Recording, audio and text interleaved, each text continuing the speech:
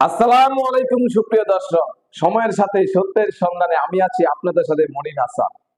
মূলত গোপন ব্যক্তিকে গোপন কক্ষে আটকে রাখা গণমাধ্যমে আয়নাগর হিসাবে পরিচিত পায়, কিন্তু ঢাকার কোথায় ছিল এই আয়নাগর? কেমন ভাই ছিল বন্দি থাকা মানুষের অভিজ্ঞতা? যেসব বিস্তারিত জানবো আজকের আয়োজনে।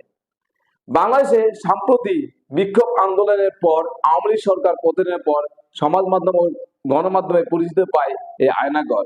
আয়নাগর নামটা সুন্দর হলেও এর ভিতরে ছিল গল্পগুলো ছিল ভয়ঙ্কর। এটা ছিল ছোট একটি কক্ষ, যেখানে গুম করা সকলকে আটকে রাখা হয়। গুম হওয়া ব্যক্তিগুলো স্বজনদের মাঝে ফিরতে শুরু করেছে, কিন্তু চিন্তা করে দেখুন তো, এই অবাকারা জানতোই না যে সেই আয়নাগরে তাদের নিজের আত্মীয় স্বজন এখনো জীবিত আছে। এই আয়নাগর থেকে মুক্তি পেয়েছেন আমান আজমি মীর আহমেদ, জামাত ইসলামী সাবেক আমির প্রয়াত গোলাম আজমের মেজ ছেলে, সাবেক সেনাবাহিনী ব্রিগেডিয়ার জেনারেল আব্দুল্লাহির আমান আজমি ইসলামের নেতা মীর কাসেম আলীর ছোট ছেলে মীর আহমেদ বীর কাসেম আয়নাগর থেকে মুক্তি পেয়েছেন। 2016 সালে 9 আগস্ট ব্যারিস্টার আহমেদ বিন কাসেম গুম হয়ে যান। দীর্ঘ 8 বছর গুম থাকার পর গত 6 আগস্ট ফিরে আসেন। ভাবতে পারেন, একটা মানুষ দীর্ঘ 8 বছর কোনো আলো বাতাস দেখতে পায়নি, পৃথিবীর কোনো কিছুই দেখতে পায় নাই। আপনি নিজেকে এই আয়নাগরে একটু চোখ বন্ধ করে ভাবুন তো, আপনি যদি এই আয়নাগরে থাকতেন তাহলে আপনার কি হতো? একটু চোখ বন্ধ করে ভাবুন।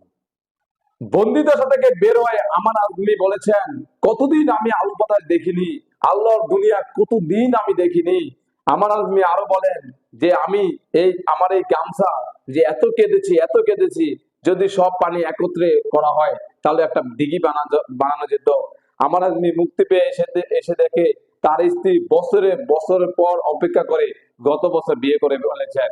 এই আয়নাগর থেকে ফিরে এসে দেখেন তার পরিবার বলতে কিছু নেই। এতগুলো বছর হারিয়ে গেছে তার জীবন থেকে।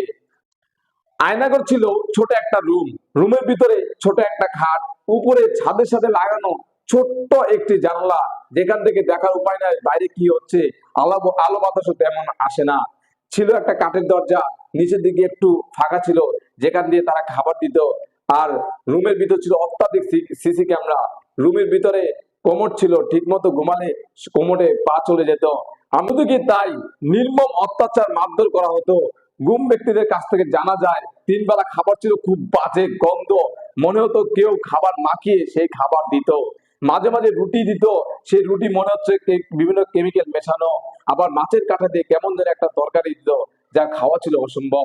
জানা যায় এই ঢাকা শহরে নাকি এইরকম 23টি বন্দিশালা ছিল।